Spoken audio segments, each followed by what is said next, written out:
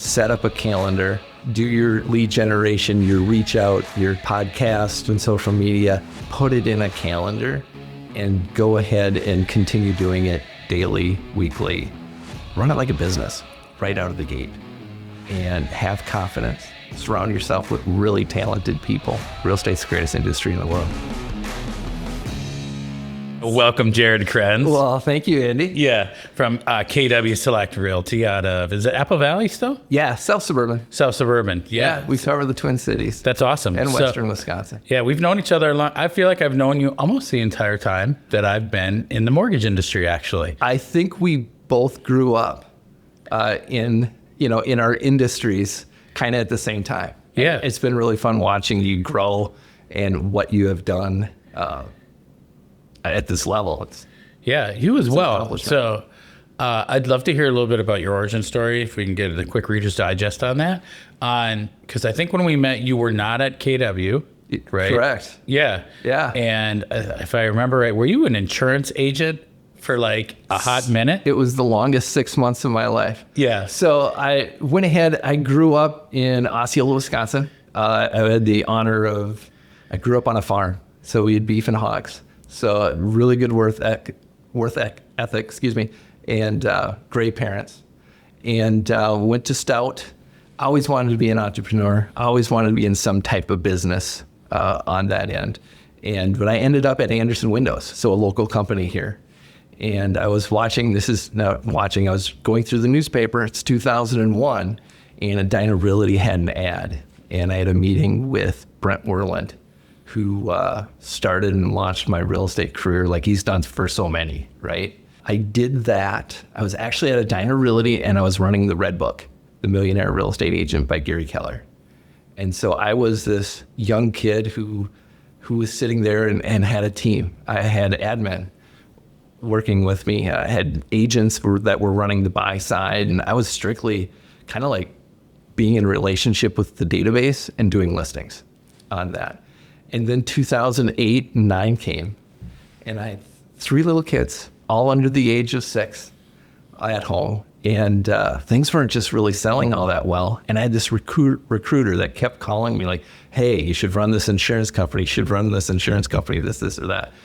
And I was sitting at the table with my wife, Joanne, and she's like, do they work on Sundays? And I'm like, I don't know. I've never talked to an insurance person on Sunday. And so then we looked into it a little bit more, and we jumped into that.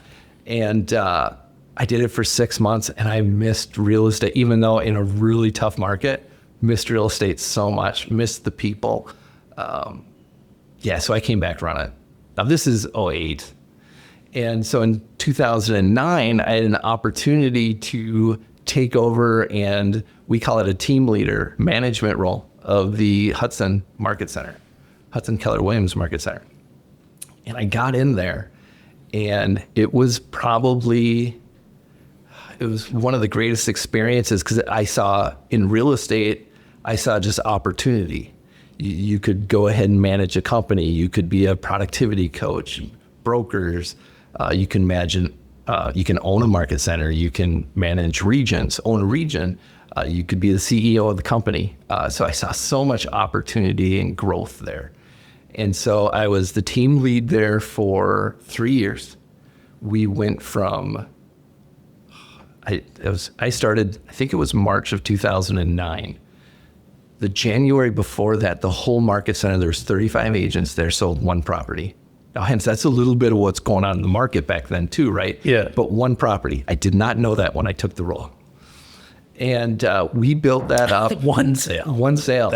We built that up in 2 years, and we doubled the amount of agents that were there. And a lot of it has to do with agent count, but it's how you treat the agent and how you coach them up and all of those things to allow that to grow. But we went from really the bottom of the barrel in St. Croix County to number 1 in 2 years. And that was quite the accomplishment. The agents, the team, the servant leadership of the agent in that group was incredible. And a lot of them today are still leading. They're still the top agents in the area, which is really cool to see. Yeah, it was a see the powerhouse growth. at that time. Yeah, Right? But then you absolutely. moved on.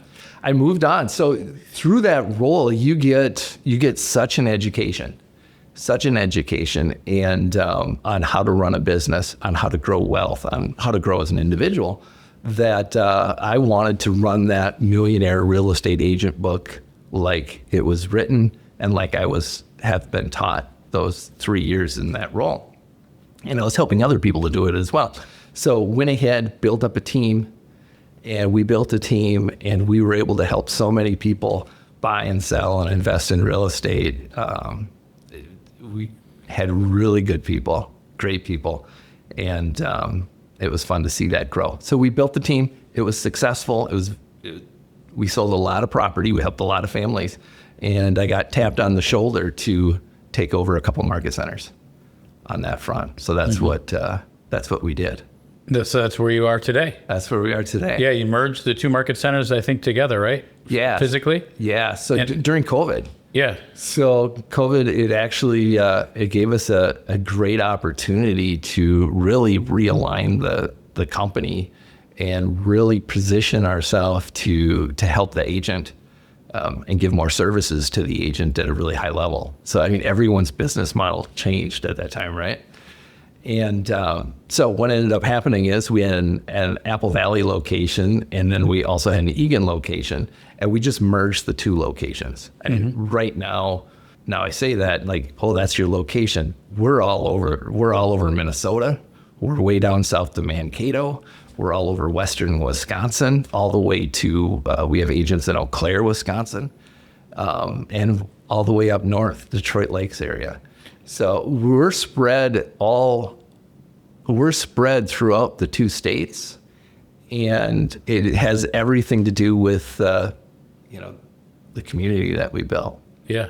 I think your brokerage specifically is one of the best in Minnesota of lowering the bar of you don't have to be at a physical location to be a part of great leadership and support, where some of the agents I personally work with within your brokerage, I mean, they must be an hour away.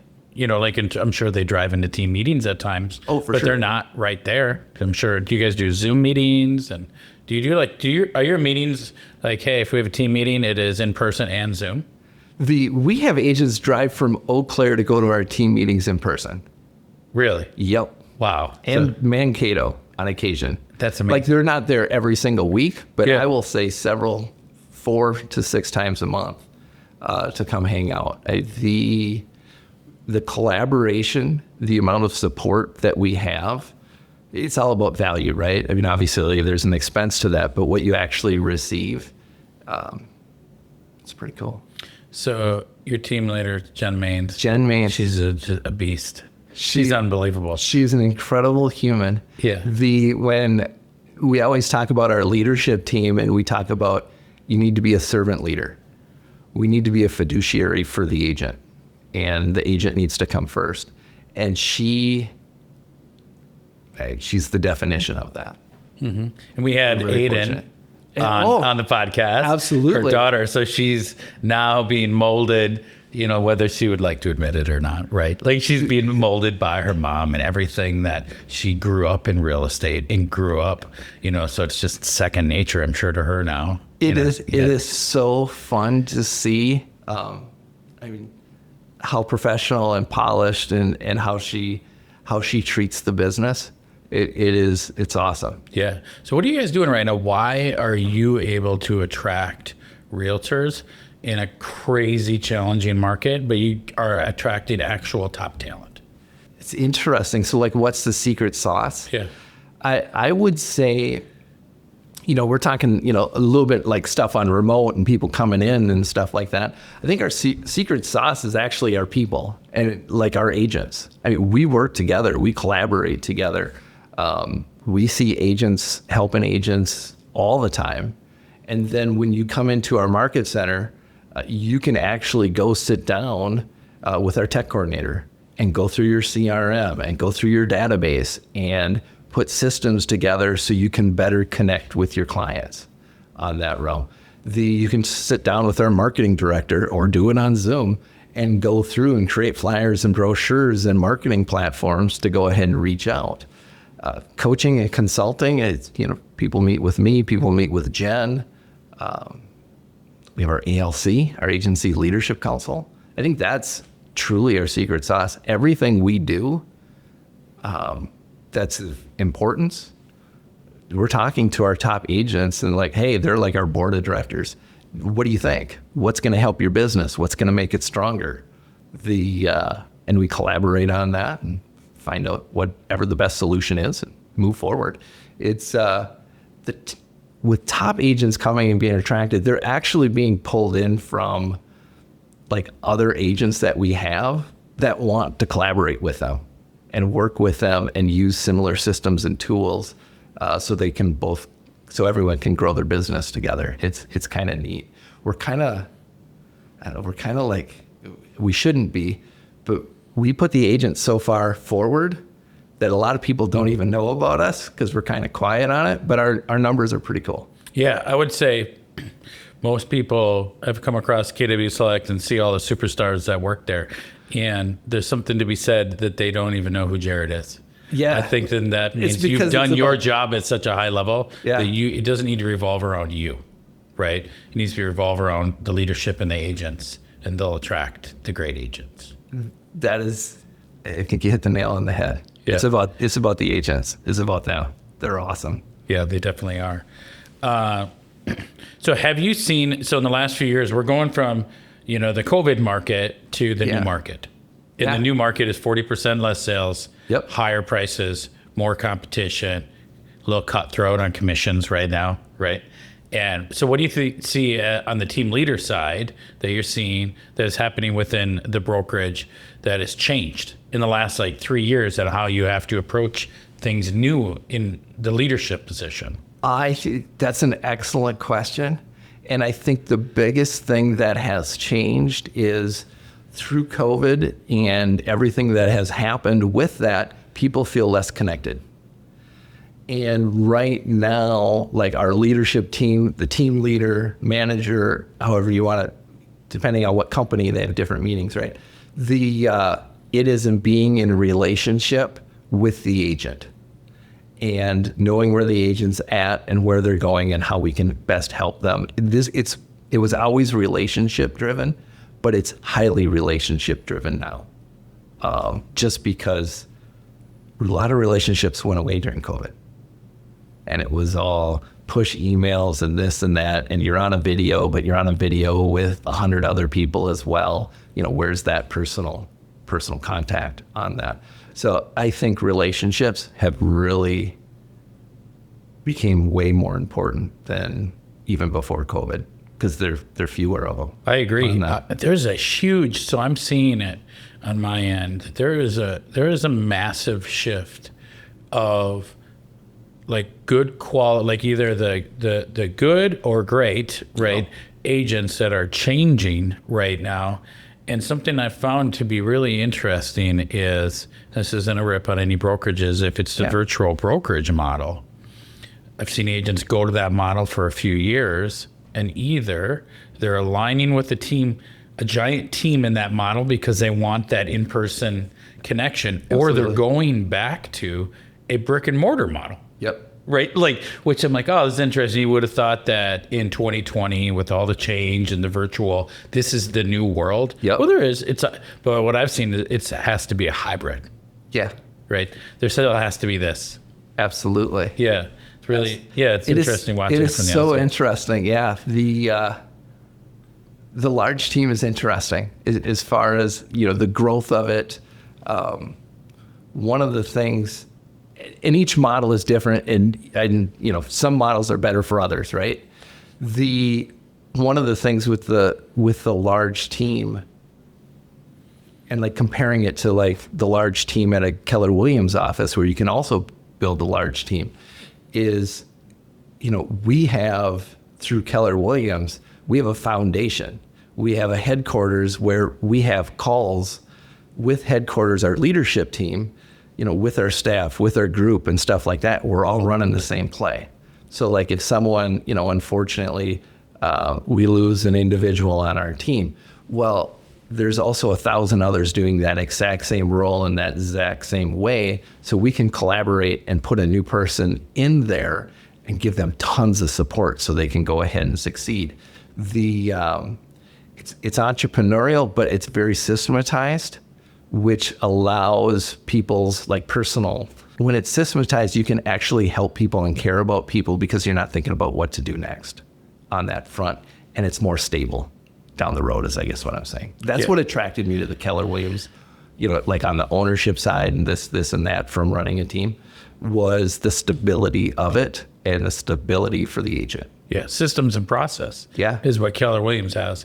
So the difference I see between like the two models right now, where your model of the agents you have working for you, is really the relationship model. They're my partners. They don't work for. Yes, sir. They work within your brokerage. I'm sorry. Yeah, absolutely. You're totally right on that.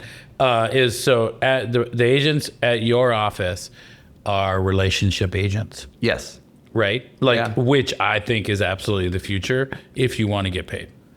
Now, if you want to make 25%, there's a lot of places to go do that at. But if you want to build a business that you can leverage, right, and give yourself and buy back some of your time too, it's usually not through a 25% commission cut model, right? So let's talk to those people. Yeah. So the people that are struggling right now, some of them are jumping around because they're like, hey, I got to go somewhere where if I get a lead, 25% is better than nothing. Absolutely. But then they're forgetting about the future. Right, of the future of the business. So let's talk to these agents that are like the 6 to 12 closings a year agent, right? And they're kind of struggling. They went from it easy to like, this has been hard. Yeah. What are you speaking to them to say like, hey, if you're at 6 to 12, we need to get you to 18 to 24. Yes. Right, like livable income. How are you coaching them right now to get them up? One of the things, and I think this is really going to be present in the future as well, like the next 3 to 5 years. One of the things is we need to be in relationship with the database. The agents that are going to go ahead and grow and move forward, you almost need to be the mayor of your database. And you need consistency of communicating with them. And I went on ChatGPT the other day because we're always training and coaching and kind of pretty much asked the same question that you just did to me. I asked it at ChatGPT. And it came down to, work your database 2 to 3 hours a day, send out note cards, make face-to-face meetings, and have 10 to 15 voice contacts a day on that whole front. Now, there's a lot of social media and stuff like that, which we need to do, and it's very important to stay up front. With that being said, for someone to go ahead and make that jump, I think people would be floored when you go ahead and you sit down and you actually get a true relationship with your clientele, with your database. And it's fun to see that switch turned on when people actually start treating it like a true business, like a true relationship, and they become a fiduciary for their client and really knock it out of the park. Yeah, they're funner. Past clients are funner, or referrals are funner to work with. Yeah. Right? Oh, you have sure. a higher conversion rate. You don't have to take a commissionectomy, right? While you're working with them too. Absolutely. That's where it's at. So I built my whole business. Right. Last year we were the number 9. I was the number 9 independent loan officer in Minnesota, and it was all off of relationship-based business. Yeah. No buying leads, nothing like it's just catering. To agents within your brokerage, catering to our clients and talking to them about how we want an opportunity to help their next, referral. Yeah. Right? Or to get them to come back to us. So basic. It looks like phone calls, handwritten notes, face-to-faces, mailers, some email campaigns. Yeah. Like last year, I think in the last 12 months, we had a couple million views on social media. Very cool. Can you take a guess on how many leads I can track back to it right now? On a few million views. Boy. I'm sure you can count on one hand. Oh, on one finger. One lead. Yeah, one lead. So for everybody out there thinking like, wow, Yeah. Andy's got this huge, it's like now there's brand, which Yes. is important. But when I'm looking at like my business and like the Palm is the database, it's like, like my pinky finger of importance of my business, right? This is an add-on after 20 years. Yep. Right? Like Yes. it's not my lead-in.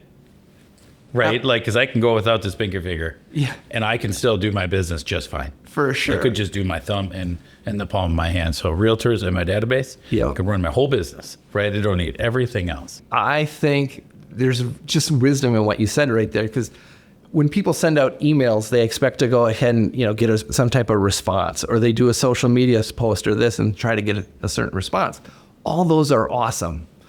But without a phone call and without a relationship, they really don't hit home. It's really hard and really expensive if it's just 100% marketing without care and conversations with your database.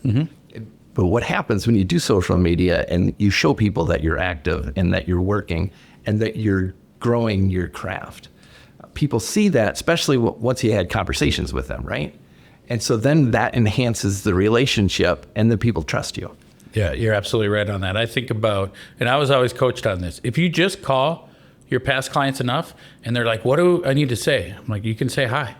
Yeah. Like, don't overcomplicate. Like, can you get really deep into the scripts and amazing scripts? Yep. Yes. But if you just call enough people and say hi, Yeah. eventually someone's going to say, I was meaning to call you. That's usually what it is. It's like, For sure. oh my gosh, Jerod, thank you for calling. I was just thinking about you. My sister is moving to town. And you're like, oh, really? Can I get an introduction? It's literally that simple. So if people way overcomplicate what you need to say. Yeah. And with that, I think so many people are concerned about the outcome. Like, okay, I'm going to make 10 phone calls today and I'm going to reach out to people or do this. And like, oh, the outcome needs to be, in our world, a listing appointment, a referral, about, someone wants to buy a house. Shoot, just call them. You have any questions? Anything I can help you out with? Because people there's so much information out there right now, but there's so little wisdom. And all this information that people are getting fed and that have to look at every single day on the phone, you almost need someone to clarify, like, well, what's really important and why does what's going on in Cape Coral, Florida matter? What's going on in the Twin Cities market, right now? It's interesting. Yeah, you bring up a great point to that. The listings in the Twin Cities, I think I saw recent data. We were only up about 5%. Yeah. Year over year. Yeah. Right? Pendings up. Yep. Our average sale price up. And then you look at the national media and then you see the ranking of where Minneapolis is in terms of inventory. We're like at the very, very bottom when they rank all of the major metropolitan areas. Like, we're near the bottom. So we get this media attention about the market is crashing. It's like, our market isn't. Yeah, like, we're not Miami, Florida, where Exactly. inventory went up 300% or some crazy number like that, right? So it's important. You got to be the local advocate. Us in the Midwest, our highs aren't high and our lows aren't low compared to the rest of the country. We're pretty consistent on that. And like right now, like you just said, our market is just a little bit above where we were a year ago, but it's steady. Man, I'm really bullish on the next 3 to 5 years. Yeah. I'm super, I think we are at the bottom, in our market, in terms of unit sales, right? Yep. Like amount of homes selling. Do you agree with that? 100%. Yeah. So I'm 100%. super excited of where it's going because our competitors are still contracting. Yep. Right. So even if they're not, they still have a license, they're just not renewing it, or they're not being active. Yep. On the real estate side. So they used to go from 6 being part-time. Now they're 1. They may show up as a license, but they're not doing anything. Same thing in the mortgage industry. Yeah. It's contracted. 70% of all loan officers have quit. So now the exciting thing is, if we grow 10% in units, sales, it's unbelievable for market share. Absolutely. 10%, 5 years in a row is going to be an absolute explosion for the top producers. Do you agree with that? 100%. And I think too, like through this last several years, agents, mortgage loan officers, real estate agents, they have really sharpened their skills. They've in every part of the business, because they had to. Definitely on the negotiation side, also on the communication side. Agents on our end, back when homes were selling in 3 hours, you had to communicate with that buyer all the way through to the closing. So they, hey, build up their confidence. We purchased a great home. Yep, you saw it for 45 minutes and had to write an offer on it. But you had to do a lot more communication, give a lot more information. So so you had a better transaction on that whole realm. So I think that really sharpened agents, toolbox. Right now, it's having real discussions with people who are listing their home. Yep, prices are up a little bit. Yep, number of listings are up a little bit. We are not in a market right now where we can go $25,000, $30,000 over asking price in certain over what the property's worth in this market and expect success on that realm. So now listing agents are having different discussions and stuff like that. I think we're walking out of this time period with much more professional agents. I agree. Yeah. I agree, right? Like, and the pros are shining even more. Yes. It feels like, and I don't know what the data is, but it feels like that top 10% is getting even more of their unfair share. Correct. Right? Like, it seems like they are either holding or growing, right? That's our data as well. Yeah, that's what you're seeing too. And the bottom ones just aren't doing anything. Yep. What was the stat? I saw some stats around social media. I don't even know if it was real, but it was something like 74% of all licensed agents, or something in the 70s. They didn't even sell a house last year. It was like some crazy high stat. That Really? I saw. Yeah, at a national level. It was pretty wild. Wow. So we'll have to fact check that. Yeah. Just to make sure. So in wrapping this up, what would you give yourself, like, one piece of advice? Now you're a 20 plus year veteran, for the new person coming in, the new person coming into your brokerage. Like, what's one piece of advice that you could give them right now? So someone new just coming in, establish a database, communicate with the database, care about the database. Yeah, care about the people that are in there. If there's someone in there and you're like, oh, I don't want to, if it's just $1, I'm going to do this for the $1, get rid of them and find someone you really care about and you want to go ahead and help. So build a database on it and then treat it like a business right from the get-go. Set up a calendar and do your lead generation, your reach out, your podcast, if you're doing social media, put it in a calendar and go ahead and continue doing it daily, weekly. Run it like a business right out of the gate and have confidence. Surround yourself with really talented people. And real estate's the greatest industry in the world. So just go ahead and go for it. I love it. Well, I thank you for your time today. I know you're a busy man, and I appreciate you carving out time for us and our listeners. So I appreciate you, Andy. Thank you.